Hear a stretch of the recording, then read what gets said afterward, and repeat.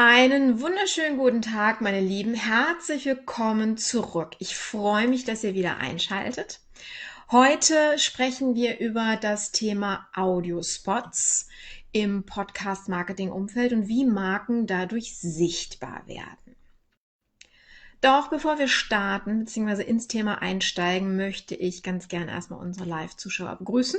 Ich gucke direkt mal, wer schon alles da ist. Ich habe heute überpünktlich angefangen. Deswegen warte ich erstmal noch mal kurz ab, dass ihr dementsprechend auch alle reinkommen könnt ins Live. Ja, ihr kennt das ja, gerne hier unten Fragen stellen, eure Kommentare. Ich freue mich sehr, wenn ihr mir dazu auch gerne was schreibt, was ihr hören möchtet oder zu heute Fragen habt an der Stelle. Das ist natürlich für mich immer dann auch sehr dankbar, weil ich damit dann ganz anders umgehen kann. Gut. Wir sprechen heute über ein weiteres Thema, wie man euch, eure Marke im Podcast-Marketing-Umfeld sichtbar machen kann, und zwar auf der Advertising-Seite, also als Werbepartner in bekannten oder bestehenden Podcasts, sprich nicht in eurem eigenen Podcast, in eurer eigenen Show. Wir sprechen heute über den Bereich Audiospots. Ihr kennt Audiospots bereits, und zwar aus dem Radio. Ja, diejenigen von euch, die gerne und regelmäßig Radio hören, werden dort mit normaler Werbung konfrontiert, eben auf Audioebene, und zwar nicht nur mit einem Werbeclip, sondern, hallo, herzlich willkommen, sondern mit mehreren, die am Stück dementsprechend gesendet werden. Die Werbewirtschaft hat Podcasts für sich entdeckt, und zwar ist ein sehr großes, sehr, sehr lukratives neues Geschäftsfeld. Vielleicht einfach mal ein paar Zahlen, damit ihr mal wisst, was Lukrativität in dem Umfeld wirklich bedeutet. Interessanterweise liegen mir gerade keine deutschen Zahlen vor, aber ich nehme mal unsere ausländischen Nachbarn, weil die uns wirklich viele Jahre voraus sind und vor allen Dingen, was das Geschäftsgebaren mit Podcasts anbetrifft. Nehmen wir mal 2018, da haben alleine in China hat die Werbewirtschaft dort 7 Milliarden Dollar umgesetzt, in den USA waren es zu dem Zeitpunkt 500 Millionen, also das ist wirklich ein Bereich, wo eine Menge Geld fließt, und das ist genau auch der Vorteil bzw. der Nachteil dieser ganzen Geschichte. Wir haben einfach in der Podcast-Umgebung, ich habe ja bei Zeiten mal erzählt, dass wir bald, also momentan so um die 970.000 Podcasts weltweit haben, 30.000 ungefähr im deutschsprachigen Raum. Wenn wir das mal vergleichen mit den Radiosendern, die wir im deutschsprachigen Raum haben, ist das natürlich ein riesen Gap dazwischen. Das heißt, die Vielfältigkeit der Shows und dementsprechend auch die Möglichkeit, hier Werbung zu schalten, ist viel größer, und dementsprechend ist das natürlich ein riesengroßes, lukratives Feld. Für beide. A, für die Werbewirtschaft, also diejenigen, die Werbung verkaufen. Auf der anderen Seite, nicht so schnell, Entschuldigung, ich bin ja, das ist so meine Natur. Ich versuche mich zu bremsen. Danke fürs Feedback. Auf der anderen Seite haben wir natürlich auch die Podcaster, die das für sich als eine gute Einnahmequelle entdeckt haben. Aber da haben wir auch wieder ein Riesenproblem, und zwar, dass viele Podcasts hier entdeckt haben oder Podcaster entdeckt haben, dass nicht unbedingt der klassische Audiospot, der im Podcast gesendet werden kann, dazu führt, dass Hörer bleiben, und auf der anderen Seite vielleicht nicht unbedingt die Einnahmen mit dem Gewinn durch den Imageverlust am Ende aufzuwiegen sind. Schauen wir uns also einmal an, wie Audiospots überhaupt funktionieren. Ein Audiospot, also ich habe euch ja an dem Tag, wo wir über das Thema Werbung gesprochen haben, ja gesagt, der große Vorteil und weswegen wir so eine hohe Akzeptanz für Werbung im Podcast-Umfeld haben, ist der Fit von der sehr streuverlustgeringen Zielgruppe einer Show und der darin ausgesendeten Werbung. Das heißt, wenn ich einen Golf-Podcast habe, ist die ideale Werbung für Golfschläger, Golfressorts und alles, was mit dem Thema zu tun hat. Dann muss es nicht unbedingt die Matratze oder ein Lippenstift sein, den ich dort bewerbe, oder ein Müsli, was überhaupt nichts mit der Branche zu tun hat, außer wenn man sagt, die sind gesundheitsbewusst. Okay, bei dem Audiospot ist es allerdings so, der wird nicht auf einen Podcast hin produziert. Ein Audiospot wird in Zusammenarbeit mit der Marketingagentur auf die Marke ausgelegt. Das heißt, da wird die Botschaft rübergebracht, da wird ein Produkt angepriesen und verkauft, also entweder ein Image-Spot oder ein Abverkaufsspot dementsprechend kreiert. Es wird dann erst einmal wenig Wert darauf gelegt oder wenig Acht darauf gegeben, wo wir diesen Spot, in welchem Podcast, welcher Zielgruppe gegenüber denn ausspielen. Und da genau beginnt das Problem.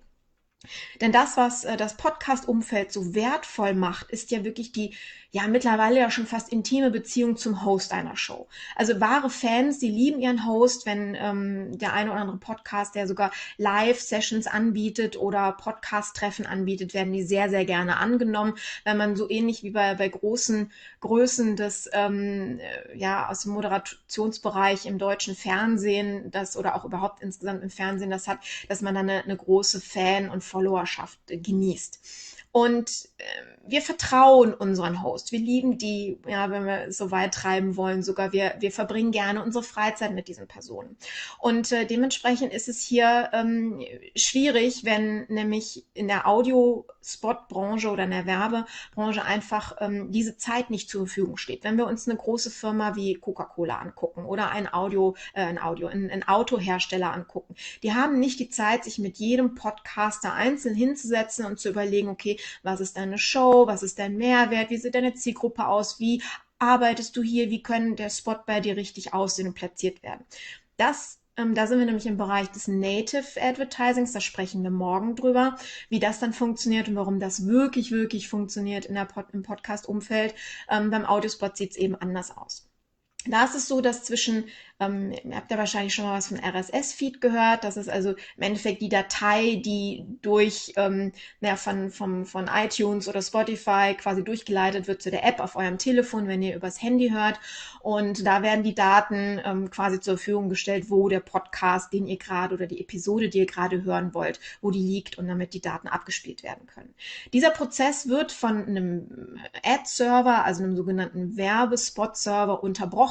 Das heißt, hier wird eine Technik dazwischen geschaltet, sodass bevor die Episode bei dir auf dem Handy ankommt, bevor du die abspielen kannst, dass da ein Klick passiert und dementsprechend ein Werbespot eingespielt wird. Oder sogar mehrere Werbespots am Stück, so wie wir das aus dem Radio kennen.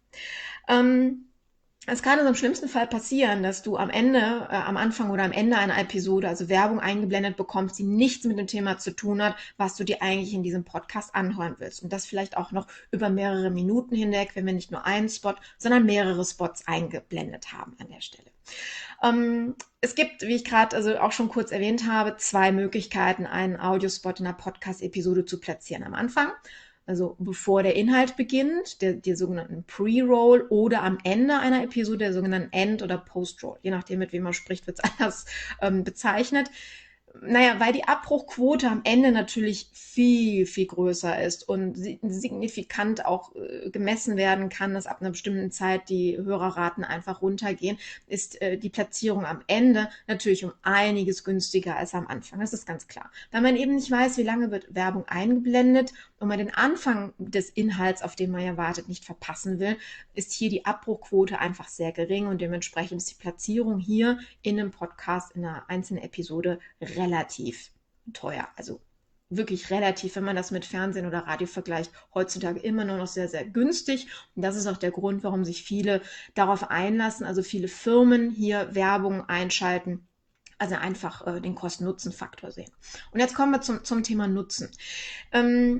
Eben dessen, weil ich als Podcaster nicht steuern kann. Und das ist auch so eine Gefahr, die bei Spotify zum Beispiel stattfindet. Dort unterschreibst du quasi, wenn du deinen Podcast dort einreichst, dass dort alles Mögliche an Werbung eingeblendet werden kann. Das ist das gleiche Prinzip, was bei YouTube passiert. Ja, ich möchte mal kurz in ein Video reinhören und ich kriege eine Minute einen Werbespot eingeblendet. Das nervt mich ganz furchtbar und führt bei mir sehr häufig dazu, dass ich mir Videos gar nicht erst angucke. Und genau das passiert in der Podcast-Welt halt auch.